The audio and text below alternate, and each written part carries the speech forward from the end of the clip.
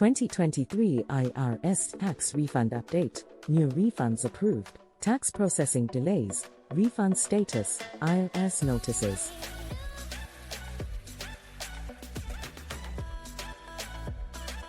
On today's IRS Tax Refund Update, as we close out the first month of the 2023 tax season, there are still upwards to 1 million who are waiting on their 2022 tax refunds, so we will check in on that, as well as the next refund release dates for those still impacted.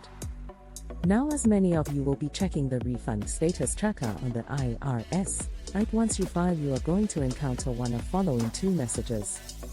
The second code and first indicator of a potential issue with your return is encountering tax topic code 151 as seen here when checking the status of your refund.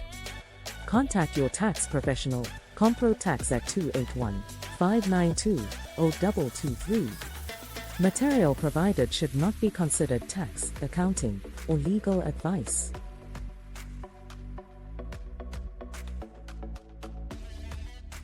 Contact, like, subscribe.